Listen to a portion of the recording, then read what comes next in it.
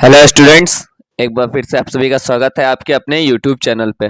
तो आज हम लोग है जो गणित की पेडागोजी के फिर से एक बार से क्वेश्चन करेंगे जो बहुत ही महत्वपूर्ण क्वेश्चंस हैं और जो आप लोगों की डिमांड भी थी कि है जो हमें पुराने टाइप के क्वेश्चन जो पुराने ऑनलाइन पेपर में हुए थे उन क्वेश्चंस को एक बार फिर से चाहिए और क्वेश्चन चाहिए। तो आज हम आप लोगों के लिए और क्वेश्चन उसी तरह के बना के लाए हैं और जो बहुत ही महत्वपूर्ण और बहुत ही ज़्यादा एग्जाम में पूछे जाने वाले प्रश्न हैं।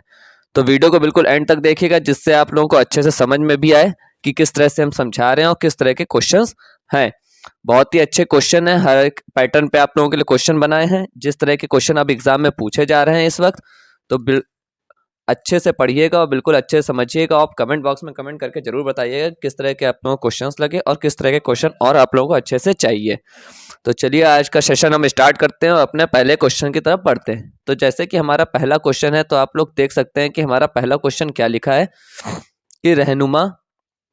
क्वेश्चन देखिए बहुत ही लॉन्ग है, तो बिल्कुल अच्छे से इसको पहले पढ़िएगा। क्वेश्चन कह क्या रहा है। रहनुमा माचिस की तीलियों से माचिस की तीलियों से विभिन्न बहुभुज बनाती है और चांदे की सहायता से, चांदा मतलब प्रोटेक्टर जिसे हम लोग कहते हैं, क्या कहते हैं, प्रोटेक्टर भी जिसे हम लोग कहते हैं, प्रोटेक्टर, उसके अंतः कोणों को मापती है। वह 3 तीलियों से एक त्रिभुज बनाती है, फिर एक तीली और लगा के उसे चतुर्भुज बनाती है, फिर एक तीली और लगा के उसे पंचभुज बना देती है, इत्यादि। तो इन आकृतियों के कोणों के बारे में निम्नलिखित में से कौन सा कथन सही है। ठीक है, तो पहले वो क्या बनाती है, एक मान लीजिए ये 3 तीलियों से वो क्या बना रही है, एक त्रिभुज बनाती है। फिर जब वो एक और तीली लगा देती है तो उसे वो क्या बना देती है, चतुर्भुज के रूप में बना देती है। इसी तरह से वो क्या अंतः कोणों को मिला करके क्या बना रही है, वो बना रही है आगे के, ठीक है, चतुर्भुज बना देती है। फिर वो है जो इसी तरह से वो बनाते जाती है, ठीक है, 4 हो गया। फिर वो है जो क्या कहते हैं, पंचभुज बना देती है। तो सबको पता है पंचभुज कैसे बनते हैं, इन्हें और क्या कहते हैं, पेंटागन। ठीक है, पंचभुज बना देती है। इन्हीं आकृतियों को जोड़ के वो क्या बनाती है, इन्हीं तीलियों को लगाकर वो ऐसे पंचभुज बनाती जाती है। ठीक है, तो इस तरह से तो आपने ये समझ लिया कि ये बना रही है। अब इसमें पूछ रहा है कि इसमें से करेक्ट ऑप्शन क्या होगा। तो सबको एक इसका जो फॉर्मूला पता है, इसका सूत्र क्या होता है, सूत्र सबसे पहले जान लीजिए क्या होता है, n-2 मल्टीप्लाई बाई 180 डिग्री, क्योंकि सभी अंतःकोणों का योग कितना होता है, 180 डिग्री होता है। तो क्या हो जाएगा, 1 × 2। अब पहले वो क्या कहता है, त्रिभुज कह रही थी। तो त्रिभुज में कितनी भुजाएं होती हैं, सबको पता है कि त्रिभुज में 3 भुजा होती हैं। तो यहाँ पे n की जगह पे क्या रख देंगे, 3। तो यहाँ पे क्या होगा, 3 - 2 मल्टीप्लाई बाई 180 डिग्री। तो यहाँ पे क्या बनेगा, 1 × 180 डिग्री। तो यहाँ पे कितना आ जाएगा, 180 डिग्री। ये तो आ गया त्रिभुज के लिए। फिर इसी तरह हम लोग यहाँ पे चतुर्भुज के लिए भी क्या कर देंगे, चतुर्भुज की जगह, ये त्रिभुज था, अब यहाँ पे इसको समझ लीजिए चतुर्भुज कर देते। तो चतुर्भुज मतलब क्या हो जाता है, 4। तो यहाँ पे देखिए 3 की जगह पे क्या आ जाएगा, बस 4 आ जाएगा। 3 की जगह पे क्या आएगा, 4 आ जाएगा। तो यहाँ पे हम लोग 3 की जगह पे क्या रखेंगे, चतुर्भुज, इसको पहले कर दीजिए। ठीक है, चतुर्भुज। और यहाँ पे n की जगह क्या हो जाएगा, 4। तो यहाँ पे क्या लिख देंगे, 4 - 2 करेंगे तो 2 × 180 डिग्री हो जाएगा। और 2 × 180 डिग्री कितना होता है, 360 डिग्री। कितना होता है, 360 डिग्री। इसी तरह हम लोग फिर से n की जगह पे पंचभुज करेंगे तो 5 हो जाएगा। फिर 5 माइनस करेंगे तो 3 × 180 डिग्री आएगा। तो इस तरह से हम लोगों को पता चलता है कि जब हम लोग की भुजाओं की संख्या बढ़ती है, ये क्या है, भुजाएं हैं की संख्या बढ़ा रहे थे। पहले 3 थी, फिर 4 हुई, फिर पंचभुज में 5 हो जाएंगी। तो जब हम भुजाओं की संख्या बढ़ा रहे हैं तो बहुभुज के अंतः कोणों का मापों का योग भी बढ़ रहा है। कितना बढ़ रहा है, 180 डिग्री बढ़ रहा है। ठीक है, कितना बढ़ रहा है, हर बार 180 डिग्री बढ़ेगा। यहाँ 340 हुआ, फिर 500 हो जाएगा। तो इस तरह से क्या हो रहा है, उसके अंतः कोणों का क्या योग बढ़ रहा है। ठीक है, कितना, 180 डिग्री। तो यहाँ पे हमारा जो राइट ऑप्शन है वो कौन सा हो जाएगा, बहुत ही सिंपल सा है, ऑप्शन नंबर 3, कि जब भुजाओं की संख्या बढ़ती है तो बहुभुज के अंतः कोणों के मापों का योग भी बढ़ता है। तो चलिए इसी तरह अपने नेक्स्ट क्वेश्चन की तरफ पढ़ेंगे, जो बहुत ही अच्छे क्वेश्चन है। इसमें बिल्कुल अच्छे से पूरी वीडियो को एंड तक देखिएगा, तभी आप लोगों को क्वेश्चनों को अच्छे से समझ में आएगा। बहुत ही अच्छे आप लोगों के लिए ढूंढ के लिए इसलिए क्वेश्चन लाए। तो नेक्स्ट क्वेश्चन देखिए क्या लिखा है कि निम्नलिखित गतिविधियों में से कौन सी प्राथमिक स्तर के अधिगमकर्ता में दिक् स्थान संबंधित समझ के विकास के लिए उपयुक्त है। किस चीज के लिए उपयुक्त है, दिक् स्थान के लिए। अब सबसे पहले आप लोगों को यह बताना है कि दिक् स्थान होता क्या है। तो दिक् स्थान एक तरह से क्या होता है, दिक् स्थान क्या हो जाता है बच्चों के लिए। दिक् स्थान का मतलब, यहाँ पे जो दिक् स्थान पूछा है उसका मतलब क्या है। तो दिक् स्थान एक सिंपल सी चीज है कि जो हम लोग जोड़ तोड़ के जो आकृतियों का निर्माण करने की क्षमता होती है बच्चों में, उसी को क्या कहते हैं, दिक् स्थान। या ये क्या करते हैं बच्चे, क्या करते हैं, इसे समझकर वस्तुओं को पहचान लेते हैं। जो वस्तुएं होती है उन्हें समझकर पहचानने की क्षमता उनके अंदर पड़ जाती है। किसमें? वस्तुओं को पहचानने की क्षमता बढ़ जाती है, समझकर। वस्तुओं को समझकर पहचानने की क्षमता उनके अंदर पड़ जाती है, समझकर। तो इसी का मतलब क्या हो जाता है? दिग स्थान इसे कहते हैं एक तरह से। तो जो इसका हमारा राइट ऑप्शन है वो हमारा कौन सा है? Option number 2। तो ऑप्शन नंबर 2 इसका बिल्कुल करेक्ट आंसर है। क्या आप उसमें कह रहा है कि उनके घरों के कक्षों के सापेक्ष आकारों और स्थितियों को दर्शाते हुए मानचित्र रेखांकित करना। अभी हमने बताया ना कि वो है जो देख करके जो वस्तुओं को समझने लग पहचानने लगते हैं, क्षमता उनकी बढ़ जाती है। जैसे 10 ग्राम और पहेलियां, ये सब का उपयोग है जो इसमें होने लगता है। किसका किसका उपयोग होता है इसमें?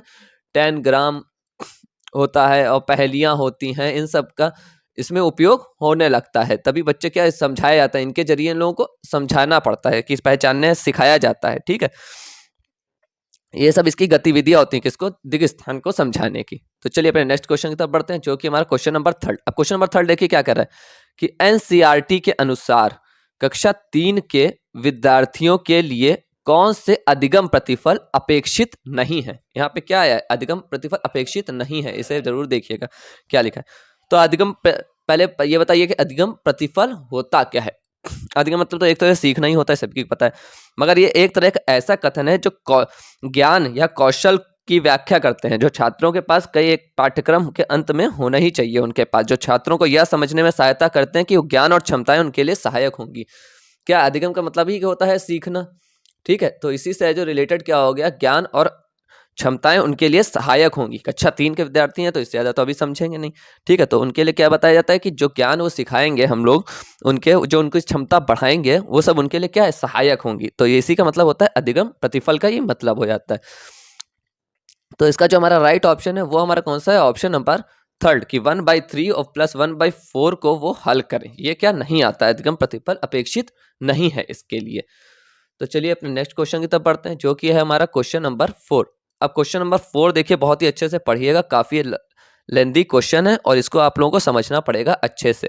जब तक आप लोग समझेंगे नहीं तो इसको अच्छे से कर भी नहीं सकते हैं। तो क्या लिखा है पहले पढ़िए कि गणित की एक शिक्षिका अपने विद्यार्थियों से पूछती है, आपके पास 7 सैकड़े हैं और आपको उसमें 7 दहाइयां निकालनी है। ठीक है, तो पता ही, इकाई, दहाई, सैकड़ा, हजार सभी को पता है। तो आपको कौन सी संख्या मिलेगी? एक छात्र कहता है मुझे 0 मिलेगी। तो निम्नलिखित में से कौन सा कथन छात्र द्वारा दिए गए उत्तर के संबंध में अति उपयुक्त है? इसमें अति उपयुक्त बताना है। तो जो हमारा इसका राइट ऑप्शन है वो है हमारा ऑप्शन नंबर 3 कि शिक्षिका को छात्र को उत्तर तक पहुंचने की प्रक्रिया को समझाने के लिए कहना चाहिए। क्या करेंगे? उसको समझाएं पहले कि किस तरह से वो, अगर उसे नहीं पता है सही चीज तो हम लोग पहले उसे समझाएंगे किस तरह से उसे पहुंचना है उसे उत्तर तक। फिर उसके अनुसार उसका उपचारात्मक शिक्षण की योजना बना चाहिए। उपचारात्मक शिक्षण वो होता है कि हम लोग किसी भी गलतियां, जो त्रुटियां करते हैं बच्चे, उनके अंदर हम उन्हें सिखाते हैं, उनका उपचार करते हैं कि ये त्रुटियां हैं जो उनको बिल्कुल क्लियर कर देते हैं कि ये गलतियां आप लोग दोबारा ना करें। तो उन्हें बहुत ही अच्छे से समझाते हैं, जिससे उनकी क्या होती है, जितनी भी गलतियां होती है, भ्रांतियां होती हैं, उनको लेकर के वो सारी की सारी दूर हो जाती हैं, जिससे वो अच्छे समझ पाते हैं और अगले नेक्स्ट टाइम में जब भी वो करेंगे तो अच्छे से उसे कर सकेंगे। तो चलिए अपने नेक्स्ट क्वेश्चन की तरफ बढ़ते हैं, जो कि हमारा क्वेश्चन नंबर 5। क्या लिखा है? श्री गोविंद अपने कक्षा 3 के छात्रों में पैटर्न पहचानने का कौशल विकसित करना चाहते हैं। क्या? पैटर्न पहचानने का कौशल विकसित करना चाहिए। कौन से कक्षा है? कक्षा 3। तो निम्नलिखित में से कौन सी गतिविधि इसके लिए सबसे अधिक सहायक सिद्ध होगी? तो इसका देखिए जो हमारा राइट ऑप्शन है वो है हमारा ऑप्शन नंबर 4 कि छात्र को बिल्डिंग ब्लॉक देकर बढ़ती ऊंचाई के क्रम में रखने को कहना। क्या? बढ़ती ऊंचाई के क्रम में हम लोग क्या करते हैं, उनको रखते जाएंगे, तभी तो वो समझ पाएंगे कि छोटे से बड़े की ओर बढ़ रहे हैं। किधर से छोटे? क्या लिखा? बढ़ती ऊंचाई के क्रम में। ऊंचाई हो रही है तो बढ़ती धीरे धीरे बढ़ रहा है ना, कि छोटे से बड़ा, फिर बड़ा और ऊंचा और ऊंचा हो रहा है। तो उनसे उनकी क्या, जितनी भी गलतियां और भ्रांतियां जो उनके मन में चल रहे हैं विचार, उससे उनके दूर हो जाएंगे। और वो क्या छात्रों में पैटर्न पहचानना है ना, तो पैटर्न वो अच्छे से विकसित हो पाएगा, ये वाला कौशल। तो चलिए अपने नेक्स्ट क्वेश्चन की तरफ बढ़ते हैं, जो कि हमारा क्वेश्चन नंबर 6 है। तो क्वेश्चन नंबर 6 देखिए, राष्ट्रीय पाठचर्या रूपरेखा पे है। तो ये क्वेश्चन बहुत आता भी है और बहुत पूछे भी जाते हैं राष्ट्रीय पाठचर्या पर। तो इसे आप आज बहुत ही अच्छे से देखिएगा। तो क्या लिखा है कि राष्ट्रीय पाठचर्या की रूपरेखा 2005 के अनुसार, क्या 2005 के अनुसार गणित में आकलन में जो बच्चे को हम लोग आकलन करते हैं उसमें डैश को सम्मिलित करना चाहिए। कि क्या बताता है, किस चीज को सम्मिलित करना चाहिए। तो जो हमारा इसका राइट ऑप्शन है वो है हमारा ऑप्शन नंबर 2 कि छात्रों की संकल्पनात्मक, जो संकल्पना करते हैं, जो समझते हैं अपने आप से, संकल्पनात्मक समझ और समस्या समाधान, जो उनकी समस्या होती है उसको हम लोग क्या, उनकी समस्या को दूर करके उनका समाधान निकाल के कौशलों की अर्जन संबंधित प्रगति को हम लोग क्या एक तरह से बढ़ाना है। अर्जन मतलब क्या, जो हम लोग अर्जित करते हैं, जो हम लोग सीखते हैं शिक्षकों से। तो हम लोग यही तो था 2005 के अनुसार गणित में, किसको, आकलन को, क्या था कि उनकी संकल्पनात्मक समझ को बढ़ाना था, और समस्या जो समाधान है मतलब जो उनकी समस्याएं होती हैं मैथ्स में गणित को लेकर के उनको दूर करना, और उनकी अर्जन मतलब वो ज़्यादा से ज़्यादा अर्जन कर सकें, उन्हें समझ करके अच्छे से संकल्पना कर सकें उस चीज़ को अच्छे से समझ करके उस चीज़ को अच्छे से कर सकें। तो ये थी हमारे क्या 2005 की राष्ट्रीय पाठचर्या रूपरेखा। तो चलिए अपने नेक्स्ट क्वेश्चन की तरफ बढ़ते हैं, जो कि हमारा क्वेश्चन नंबर 7। क्या लिखा है, सुश्री प्रिया ने विभाजन की संकल्पना समझाई है। किसकी, विभाजन की। इस पर छात्रों का आकलन करने के लिए निम्नलिखित में से प्रामाणिक कार्य का सबसे अच्छा उदाहरण कौन सा है। किसका, प्रामाणिक कार्य का। तो चलिए इसका जो हमारा राइट ऑप्शन है वो है हमारा ऑप्शन नंबर 3 कि आपकी कक्षा में उपस्थित 25 छात्रों में 100 उपलब्ध ड्राइंग शीट समान रूप से वितरित करें। किसे, 25 छात्रों में 100 उपलब्ध ड्राइंग शीट समान रूप से वितरित करें। ये इसका क्या था, बिल्कुल सही तरीका है। किसका, प्रामाणिक कार्य का। तो चलिए अपने नेक्स्ट क्वेश्चन की तरफ पढ़ते हैं, जो कि हमारा क्वेश्चन नंबर 8। तो वीडियो को देखिए बहुत ही अच्छे से समझिएगा, और अगर हमारी वीडियो और कंटेंट आप लोगों को अच्छा लग रहा हो तो हमारी वीडियो को लाइक करिएगा और हमारे चैनल को सब्सक्राइब करिएगा, और बेल का आइकन जरूर प्रेस कर दिएगा ताकि आप लोगों को और भी नई नई वीडियो की अपडेट मिलते रहे। और हम आप लोगों के लिए हर एक वीडियो के अच्छे से समझाते हैं, इसीलिए पढ़ाते भी हैं ताकि आप लोगों का सीटेट भी और जितने भी पेपर हो टीचिंग से रिलेटेड आप लोगों के क्लियर हो जाए। तो बिल्कुल वीडियो को अच्छे से देखिएगा पूरे एंड तक। ये पिछले साल के क्वेश्चंस हैं जो थोड़े लेंदी टाइप के भी आए थे ऑनलाइन पैटर्न के। अब देखिए क्या लिखा है क्वेश्चन नंबर 8 कि माध्यमिक और उच्चतर माध्यमिक विद्यालयों में ऐसा देखा गया है कि गणित में लड़के लड़कियों से बेहतर प्रदर्शन करते हैं। क्या, लड़के लड़कियों से बेहतर प्रदर्शन करते हैं। तो इस परिस्थिति का समालोचनात्मक विश्लेषण इस ओर इशारा करता है कि इसका कारण हो सकता है। क्या हो सकता है, तो इसका जो हमारा राइट ऑप्शन है वो है हमारा ऑप्शन नंबर 3। ये देखिए बहुत ही लैंगिक रूढ़िवादिता पे ज्यादा होता है कि लिंग में हम लोग क्या एक दूसरे का क्या करते हैं, अंतर निकालते हैं कि लड़के ज्यादा है जो होशियार होते हैं गणित में, लड़कियां कम होती हैं। ये सब क्या लिंग रूढ़िवादिता पे ज्यादा होता है ये चीजें, ठीक है। तो इसमें ये क्या कंपैरिजन कर देते कि महिलाएं या लड़कियां जो होती हैं वो क्या लड़कों से नीचे होती हैं, कम होती हैं। तो इसमें देखिए क्या थर्ड ऑप्शन में क्या लिखा है कि समाजीकरण की प्रक्रिया में अधिकतर लड़कियों को यह बोध करवाया जाता है, ठीक है, जबकि गणित एक पुरुषों का क्षेत्र है, कि गणित सिर्फ है जो पुरुषों के लिए बनी है, लड़कियों के लिए नहीं बनी। ये क्या एक बोध कराया जाता है, गलत बताया जाता है, अतः कठिन है। तो यही इसमें क्या हो जाता है, क्या लिखा है कि उच्चतर माध्यमिक विद्यालयों में देखा गया कि गणित में लड़के लड़कियों से बेहतर प्रदर्शन करते हैं। तो इसका यही एक बोध है। तो चलिए हमारा नेक्स्ट क्वेश्चन की तरफ बढ़ते हैं, जो कि हमारा क्वेश्चन नंबर 9। तो क्वेश्चन नंबर 9 देखिए क्या कहता है कि संख्याओं को गुणन करने की अवधारणा को पढ़ाने से पहले निम्नलिखित में से कौन सी प्रारंभिक गतिविधि सबसे उपयुक्त है। किसे, संख्याओं को गुणन करने के लिए जो हम लोग पढ़ाते हैं उसके लिए सबसे अच्छी जो इसमें से गतिविधि है वो कौन सी उपयुक्त है। तो जो हमारा इसका राइट ऑप्शन है वो है हमारा ऑप्शन नंबर 2।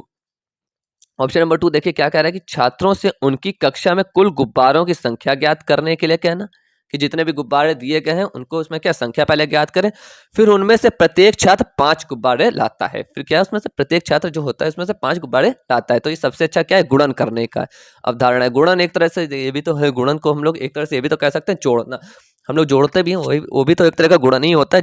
गुणन का मतलब ही क्या है, 3 × 3 9 है, 3 × 3 का अगर 9 हम लोग कहते हैं तो 3 को हम लोग अगर 3 बार जोड़ेंगे तो भी तो वो 9 ही आएगा। तो इस तरह से ये क्या है, एक तरह से ये है जो गुणा भी है, जो गुणे को क्या हम लोग योग भी कह सकते हैं, क्या योग भी कह सकते हैं। तो चलिए अपने नेक्स्ट क्वेश्चन की तरफ पढ़ते हैं, जो कि हमारा क्वेश्चन नंबर 10। तो ये क्वेश्चन नंबर 10 फिर से एक बार राष्ट्रीय पाठचर्या रूपरेखा 2005 आया के अनुसार निम्नलिखित राष्ट्रीय पाठचर्या रूपरेखा के बहुत ही ज्यादा क्वेश्चन पिछली बार पूछे गए थे, और वैन हिले के 2 क्वेश्चन बहुत ही ज्यादा पूछे गए थे।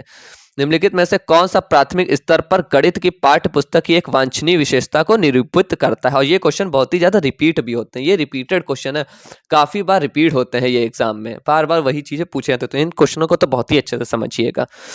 चलिए तो इसका हमारा जो राइट ऑप्शन है वो है हमारा ऑप्शन नंबर 4। क्या कि इसमें गणितीय समस्याएं जो कि संदर्भात्मक और बच्चों के जीवन के अनुभवों से संबंधित है उनको प्रस्तुत करना चाहिए। इसीलिए मैं आपसे कह रहा हूं कि वीडियो को बिल्कुल एंड तक देखिएगा ताकि आप लोगों का कहीं भी कोई भी पार्ट मिस ना हो, क्योंकि बहुत ही अच्छे क्वेश्चन है इसमें और हमने बहुत ही अच्छे से फाइंड आउट किया है। काफ़ी जितने भी सेट आए थे पिछले सब में सेट में से जो बहुत ही ज़्यादा बार पूछे गए थे उसको हमने फाइंड करके आप लोगों के लिए लाए हैं। तो चलिए अपने नेक्स्ट क्वेश्चन की तरफ बढ़ते हैं जो कि हमारा क्वेश्चन नंबर 11। अब देखिए फिर से वैन हिले आ गया। क्या वैन हिले के ज्यामितीय विकास के सिद्धांत के अनुसार ज्यामितीय चिंतन के स्तरों के सही क्रम की पहचान कीजिए। ये क्वेश्चन कम से कम 3 से 4 सेट में रिपीट हुआ था पिछली बार, 3 से 4 सेट में रिपीट हुआ था ऑनलाइन एग्जाम के पैटर्न में। तो इसको ये देखिए इसीलिए हमने इसको बहुत ही इंपॉर्टेंट उसमें रखा क्योंकि ये बार बार है जो क्या पूछा ही जा रहा है। वैन हिले का कोई ना कोई क्वेश्चन आप लोगों को पूछा। अभी इसमें देखिएगा एक लास्ट भी क्वेश्चन है जो 2-3 वो भी वैन हिले पे बहुत ही ज़्यादा इंपॉर्टेंट क्वेश्चन है, तो उन्हें तो बहुत ही अच्छे से समझिएगा। तो जो हमारा इसका राइट ऑप्शन है वो है हमारा क्या ऑप्शन नंबर, कौन सा ऑप्शन नंबर इसका राइट होगा आप लोग बताइएगा। तो इसका ऑप्शन नंबर हम तो बता दिए हैं थर्ड, आप लोग भी इसका अपनी प्रैक्टिस को अच्छे से पहले देखिएगा कितना आपने पढ़ा, क्योंकि वैन हिले हमने पहले पढ़ाया ही है थोड़े दिन ही पहले। तो सबसे पहले क्या आता है दृष्टिकरण, फिर आता है विश्लेषण, फिर आता है संबंध पहचानना, फिर आखिरी में आता है निगमन। तो इसको तो आप लोग बहुत ही अच्छे से देखेगा, ये आते ही हैं क्वेश्चन इसके वैन हिले का और ये 3-4 सेट में रिपीट हुआ था इसलिए हमने इसको बहुत ही ज़्यादा लिया था। तो ये वेरी मोस्ट इंपॉर्टेंट क्वेश्चन था आप लोगों के लिए। तो चलिए अपने नेक्स्ट क्वेश्चन की तरफ बढ़ते हैं जो कि हमारा क्वेश्चन नंबर 12। अब क्वेश्चन नंबर 12 देखिए क्या है, सिमुलेशन सॉफ्टवेयर। क्या है सिमुलेशन सॉफ्टवेयर, क्या लिखा है, का उपयोग करते हुए निम्नलिखित में सबसे अच्छा तरीके से क्या सिखाया जा सकता है। किसे, सिमुलेशन सॉफ्टवेयर को। तो सिमुलेशन सॉफ्टवेयर को लेते हुए क्या सिखाया जा सकता है सबसे अच्छी तरीके से, उपयोग करते हुए निम्नलिखित क्या सबसे अच्छी तरीके से सिखाया जाता है। क्या लिखा है इसका, तो हमारा जो राइट ऑप्शन है वो है हमारा ऑप्शन नंबर 4 कि दर्शाना। इसमें क्या दर्शाते हैं हम लोग कि किसी श्रृंखला में तीसरी आकृति को बदलने से किस प्रकार 10वीं आकृति भी बदल जाएगी। कि किसी हम तीसरी आकृति को बदलते हैं उसमें से 10वीं आकृति भी बदल जाएगी। तो ये क्या होता है, सिमुलेशन सॉफ्टवेयर एक तरह का होता है जिसका उपयोग करते हैं किसके लिए, इसके लिए। तो चलिए अपने नेक्स्ट क्वेश्चन की तरफ बढ़ते हैं जो कि हमारा क्वेश्चन नंबर 13। अब देखिए क्वेश्चन नंबर 13 क्या कह रहा है। क्वेश्चन नंबर 13 देखिए क्या लिखा है कि 0.007 बाई पी है, मतलब 0. अब देखिए यहाँ से थोड़े सॉल्विंग वाले क्वेश्चन है। क्या लिखा, 0.007 बाई पी है इक्वल्स टू 0.01 है। ठीक है, ये दिया हुआ है तो आपको इसका मान ज्ञात करना है। तो देखिए बहुत ही सिंपल सी चीज है, इसमें और ज्यादा कुछ करना ही नहीं है। तो इसमें देखिए कैसे निकालेंगे आप लोग, पी को ऊपर ले जाएंगे, इसको नीचे ले आएंगे। तो क्या करेंगे 0.0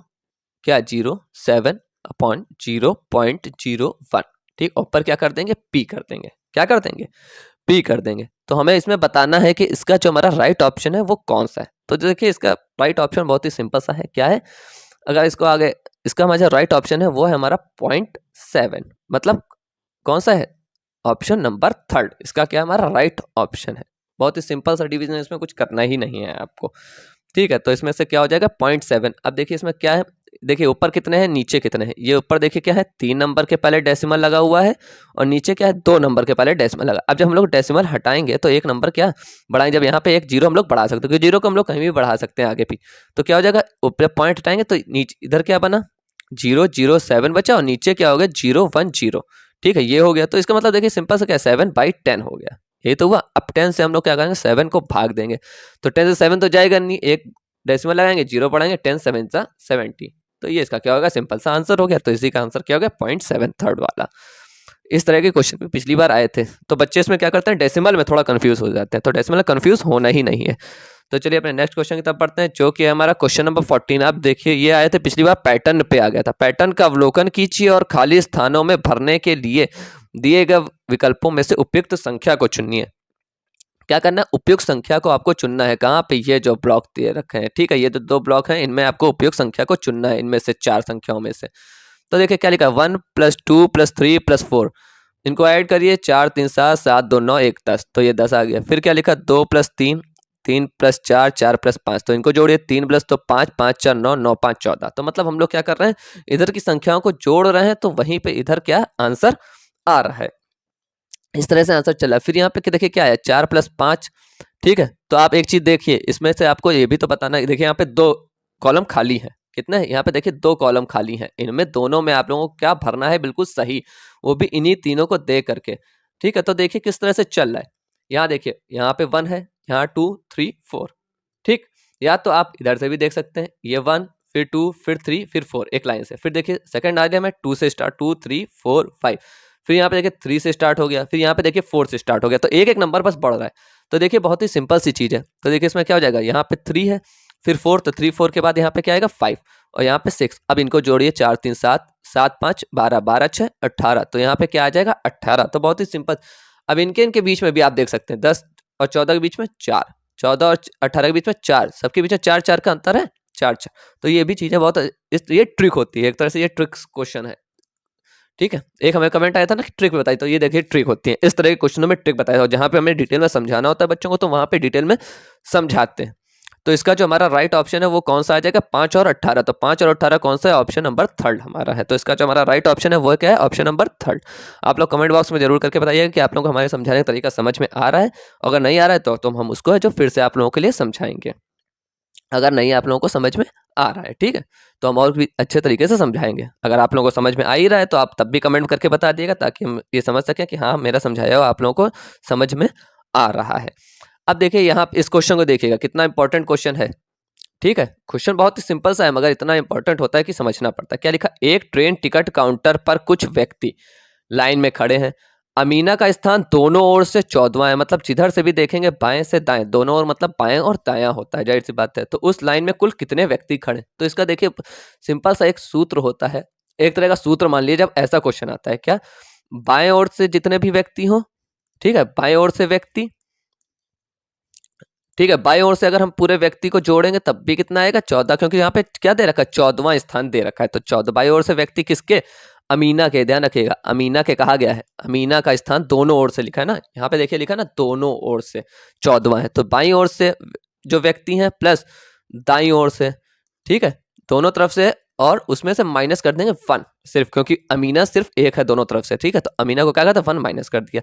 तो बाईं ओर से कितना हो जाएगा 14, फिर दाईं ओर से भी कितना हो जाएगा 14 और 1 माइनस कर देंगे। तो 14 प्लस 14 कितना हो जाएगा 28 माइनस 1, तो 28 माइनस 1 करेंगे तो कितना आ जाएगा 27। तो इसका जो हमारा राइट ऑप्शन है वो कौन सा है, ऑप्शन नंबर 2, क्या है 27। ठीक है, ये देखिए ट्रिक क्वेश्चन था, ये होते हैं ट्रिक टाइप के क्वेश्चन, जहाँ पे हमें ट्रिक आले बताने होते हैं, क्योंकि ये सूत्र बहुत ही ज़्यादा इंपॉर्टेंट है। इस सूत्र को आप लोगों को समझना पड़ेगा, इसी पे बेसिस है। ठीक है, ये सूत्र आप लोग, क्योंकि इसमें क्या अमीना को दोनों तरफ से रखा गया था और तब बताया गया था, इस सूत्र पे ये क्वेश्चन बना हुआ है। इसीलिए आप लोग कह रहे हैं कि वीडियो को बहुत ही अच्छे से एंड तक देखिएगा, बहुत ही अच्छे अच्छे क्वेश्चन है इसमें।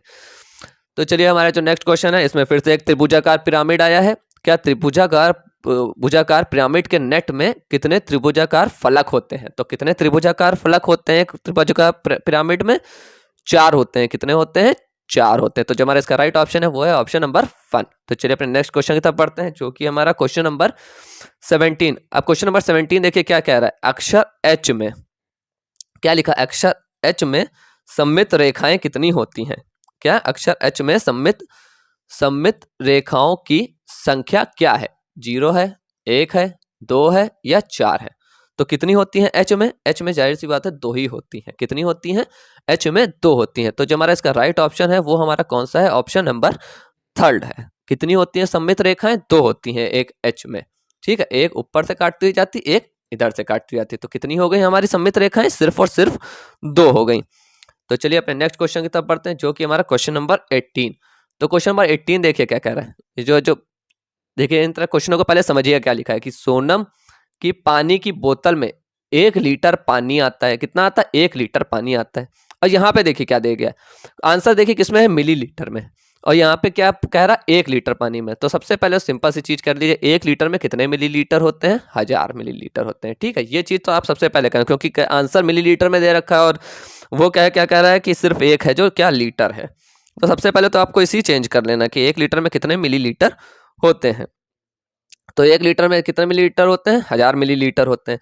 तो अब क्या कह रहा है उसके बाद कि उसने 275 मिलीलीटर पानी पिया और उसकी मित्र ने नैना ने 250 मिलीलीटर पानी पिया। तो बोतल में अब पानी कितना बचा है। तो बस आपने ये चीज कर ली कि ये चीज आपको याद है कि 1 लीटर में 1000 मिलीलीटर होते हैं। तो कुछ करना ही नहीं है, क्या करना है कि 1000 मिलीलीटर में से क्या माइनस कर देना है, 275 जितना किसने पिया,